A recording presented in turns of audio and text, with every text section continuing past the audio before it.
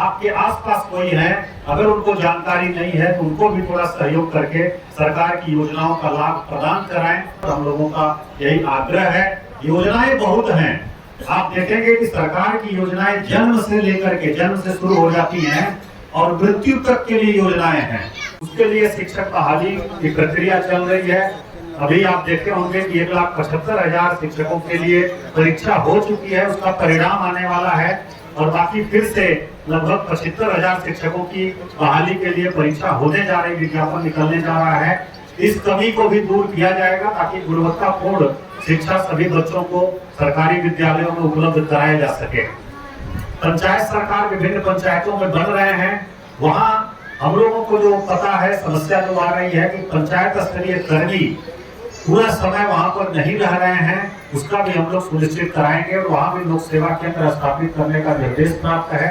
वहां भी लोक सेवा केंद्र फंक्शनल हो और वहां सभी कर्मी पंचायत के बैठे और आम लोगों की जो काम है, जो सेवाएं हैं, जो समस्याएं हैं, उसका समाधान करें, उसको प्रदान करें। ये हम लोग प्रयास कर रहे हैं। बाकी एक अनुरोध और होगा कि विकास के साथ और कल्याणकारी कार्यक्रमों के साथ साथ सरकार ने सामाजिक सुधार के लिए भी कुछ कार्यक्रम चलाया था। आप लोग अवगत होंगे कि बहुत विशेष अभियान चलाया गया शराबबंदी के लिए। इसमें हम सभी लोगों को एक प्रहरी के रूप में अपनी भूमिका निभानी है। शराब से कितना नुकसान होता है ये बताने की जरूरत नहीं है, आप सभी लोग जानते हैं। वो विवेक का हरण कर लेता है। शराब आप जानते हैं बुद्धि और विवेक को नष्ट और भ्रष्ट कर देता है और मानव और पशु में जो अंतर है वो एक बुद्धि और विवेक का ही अंतर है।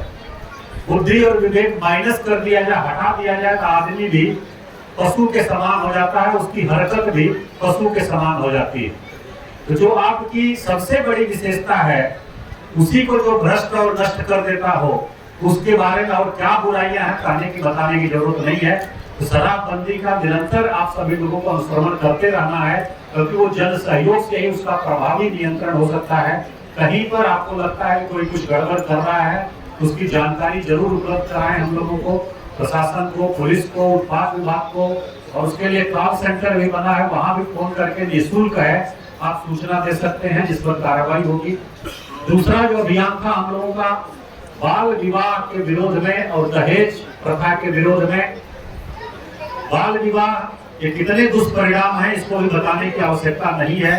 कम उम्र में बच्चियों की शादी हो जाने से उनके स्वास्थ्य पर बहुत गहरा प्रभाव, बहुत बुरा प्रभाव पड़ता है। उनकी शिक्षा, दीक्षा, भविष्य के कैरियर सब पर बुरा प्रभाव पड़ता है। एक तरह से उनके जीवन की संभावनाएं समाप्त हो जाती हैं। तो हम लोगों को बच्चियों को विशेष रूप से पढ़ाना है, स्कूल भेजना है, पढ़ाना है अच्छे से और बाल विवाह नहीं होने देना है।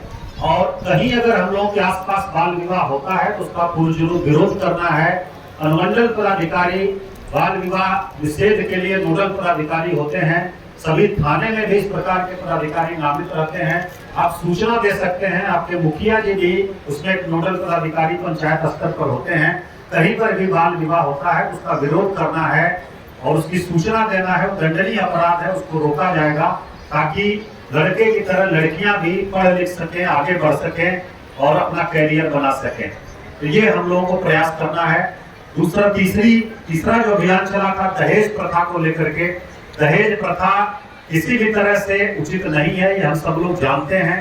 बेटा बेटी सब समान है और अगर हम लोग कोई लड़के वाले लोग दहेज मांगते हैं तो एक तरह से उस लड़की का, उसकी जो मर्यादा है, उसकी जो गरिमा है उसके विरुद्ध है, उसका जो अस्तित्व है उसके विरुद्ध है। इस सामाजिक बुराई को हम लोगों को समाप्त करना है और बिना दहेज के जो आदर्श विवाह होता है उस प्रकार से दोनों परिवार मिलकर के शादी विवाह करें, उसको हम लोग सपोर्ट करें। इस प्रकार का जो सामाजिक अभियान है उस पर भी हम लोगों को नजर बनाए रखनी है। विकास कार्यक्रम है उसका भी अनुसरण करना है।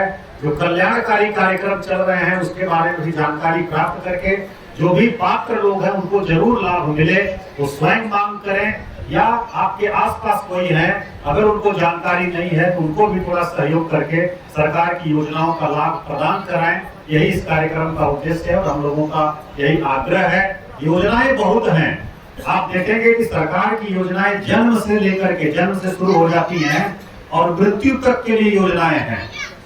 बच्चा जब जन्म लेता है, जैसा डीडीसी साहब ने बताया, जननी बाल सुरक्षा योजना में 1400 रुपया दिया जाता है परिवार को, माँ को निःशुल्क प्रसव होता है। फिर उसका जो आगे ग्रोथ होती है उसमें आधार पंजीकरण होता है, उस पर राशि दी जाती है। टीकाकरण, संपूर्ण टीकाकरण हो गया उस पर। फिर आंगनबाड़ी केंद्र में जाने पर, फिर विद्यालय में जाने पर छात्रवृत्ति, पोशाक और साइकिल की राशि। पास होता है इंटरमीडिएट, ग्रेजुएशन, उसमें भी मेधावृत्ति दी जाती है 10,000, 15,000, 25,000 रुपए। और फिर उसके बाद विवाह के लिए भी प्रोत्साहन राशि है। कन्या विवाह योजना में 5,000 रुपए। अंतर जातीय विवाह अगर कोई करता है उसमें भी 1 लाख रुपए का राशि देने का प्रावधान है, और उसको भी हम लोग जिला स्तर से क्रियान्वयन कर रहे हैं और दे रहे हैं। फिर वृद्धावस्था पेंशन की व्यवस्था है। और उसके बाद हम लोग देखते हैं अंत में अगर निधन होता है तो कबीर अंत्येष्टि के तहत जो गरीब परिवार हैं उनको जो है अंतिम संस्कार के लिए सहायता देने का 3,000 रुपए प्रावधान है, जो पंचायत स्तर से ही उपलब्ध होता है। इस प्रकार से योजनाएं बहुत हैं, जन्म से लेकर के मृत्यु तक के लिए योजनाएं हैं, लेकिन उनका लाभ सभी को मिले ये बड़ी बात है। उसमें हम सभी लोग सहयोग करें, जानकारी प्राप्त करें। विशेषकर जो हमारे माननीय जनप्रतिनिधि हैं उनकी भूमिका ज्यादा बढ़ जाती है। आप लोग पथ प्रदर्शक हैं अपने अपने क्षेत्रों में, तो आपके क्षेत्र के जो लोग, जो लाभुक हैं, जो पात्र हैं, उनको जरूर उन योजनाओं का लाभ मिले, ये आप सभी लोग सुनिश्चित कराएं। और जानकारी बढ़ेगी, आप मांग करेंगे तो हम लोगों को उम्मीद है निश्चित रूप से आपको लाभ मिलेगा। और जो पदाधिकारी या कर्मी उसमें व्यवधान डालेंगे उनके विरुद्ध निश्चित रूप से कार्रवाई होगी। अभी कुछ प्रखंड प्रमुख जी ने हमको बताया है, उसको हम देखेंगे और उसमें अविलंब हम लोग सुधार करेंगे। इस प्रकार का जो दृष्टिकोण है पदाधिकारी या कर्मी का, उसको बर्दाश्त नहीं किया जाएगा। पूरा अनुशासित ढंग से उनकी उपस्थिति, उनका कार्य सुनिश्चित कराया जाएगा। आप लोग बड़ी संख्या में